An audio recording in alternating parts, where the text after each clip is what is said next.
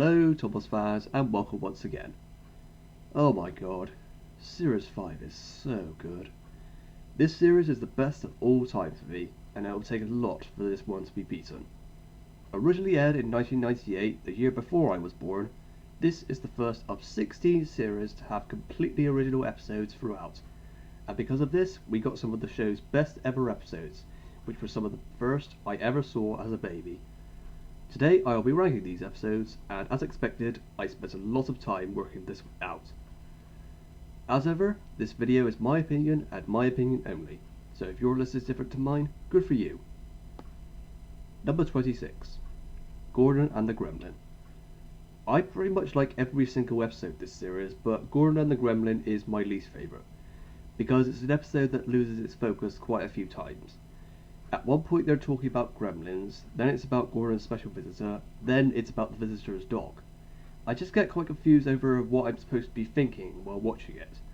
Are we supposed to watch this in the hope that the edges will find a gremlin, or are we supposed to try and guess who the important visitor is?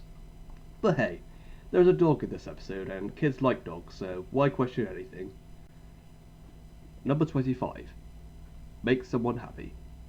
In this one, Mrs. Kindly appears for the first time since Series 1, and just like in Thomas's Christmas party, the people on Sodor are far too generous to her.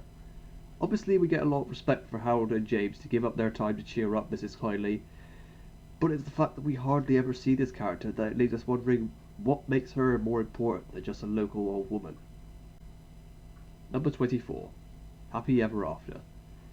In my opinion, this episode had the most random but creative storyline in all of Thomas. Percy travels all over Sodor to find the good luck package for Mrs. Kindly's daughter.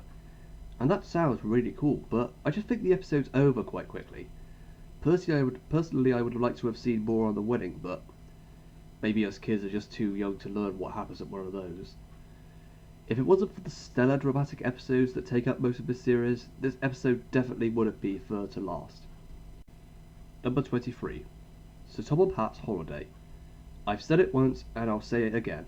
I really wish that we could get more episodes about the human characters, and this one is very good. I really like Lady Hatt's character in this episode, as she really hates riding in dirty coaches, and it is interesting to see Topham bossed around by his wife. The scene with the boat has some really nice locations, and you feel quite relaxed when you're away from the railway, but I'll stand by my opinion that the dramatic episodes are the better ones this series. Number 22.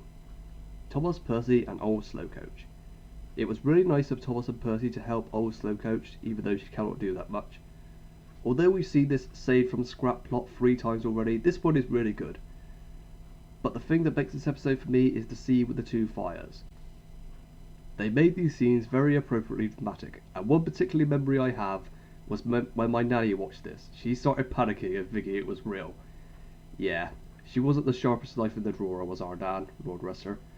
Anyway, this one was a very decent episode, but if it wasn't for the fire scenes, I probably would have ranked this one lower.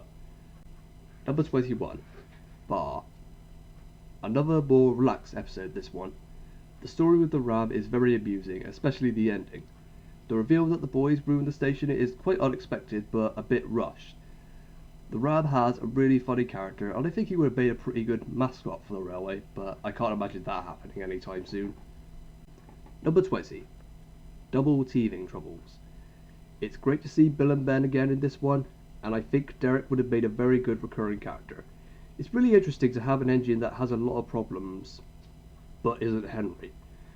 Other than that, I can't say much about this episode. It isn't dramatic or relaxed, it's really stuck in the middle. Number 19. Oliver's Find.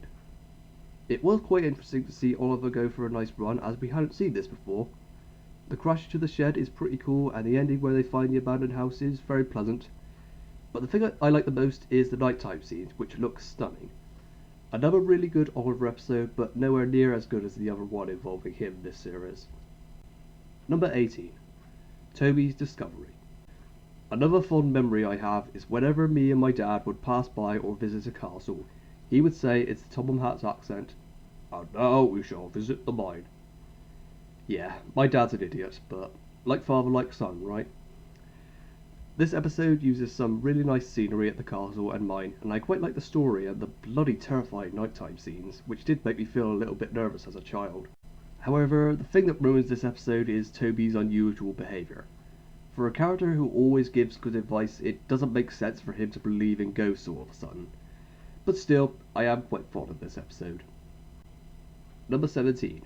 Thomas and the Rumours.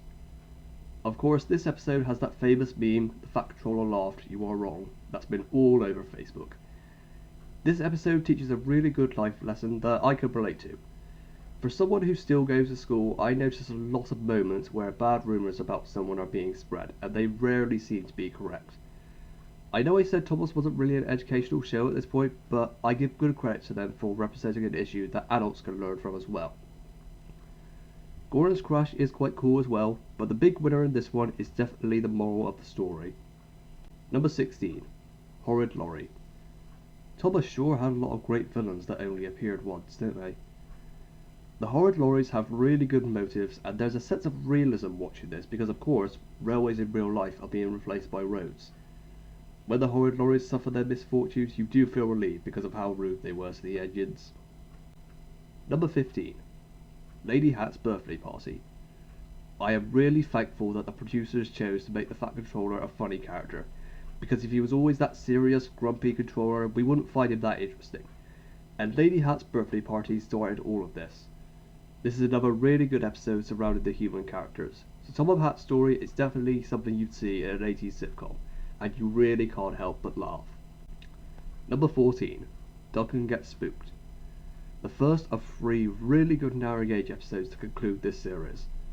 Rusty's spooky story does send shivers down your spine, and when the driver and fireman play their trick on Duncan, his reaction is really funny. But for me, the spooky atmosphere is the best part of this episode. The view of the viaduct with the fog lifting up is a really intense image, and we actually get some really good animated segments in this one, which are a big improvement from what we saw in Buzz Buzz. Number 13. James and the Trouble with Trees. Another really good James episode, despite it pretty much being one of 2 halves. The first half with James showing off his new paint is just standard James, nothing new. But the scene where the tree moves onto the track is quite scary, and when Thomas saves James before the tree collapses, it's a really intense moment. Number 12. Snow. Without a doubt, an episode with one of the coolest crashes in all of Thomas. The railway scene always seems to look nice when the snow arrives, and this episode is no different. When the avalanche happens and Skarloey is buried, it looks amazing, and the music only adds to the drama of the situation. The ending where Gordon is buried has always made me laugh, and it brings a really funny ending to an otherwise dramatic story. Number 11. Cranky Bugs. Cranky is probably the only memorable new character in this series, and his first episode was brilliant. It makes sense to have a crane that always complains because he always seems to be busy, and it's so much better than a crane that's always full of positive thoughts.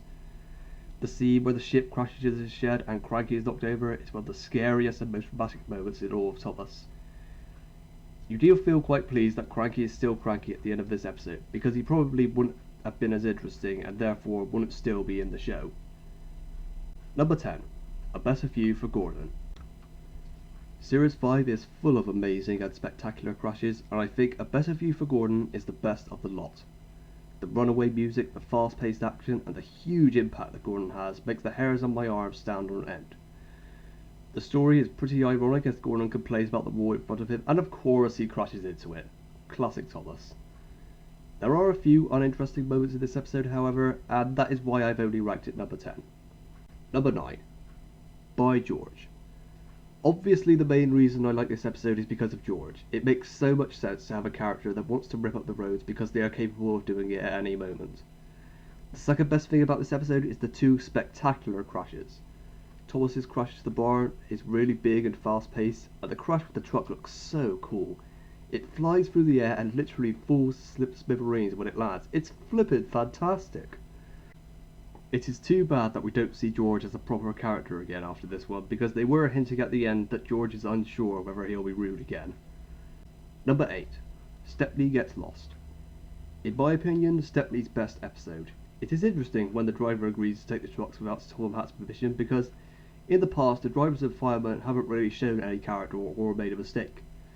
The scrapyard looks very scary, and the image of Stepney almost being picked up by the grabber is terrifying. Without a doubt, one of the scariest episodes of the series. Number 7. Something in the Air. Another really good episode that surrounds an event at night time. The build up to Henry's accident is really good, and there is a great amount of intensity. The ending is really nice as we see Thomas and Henry apologise to each other, and it makes Something in the Air seem like an episode of two halves, but still a really pleasant episode. Number 6. A surprise for Percy.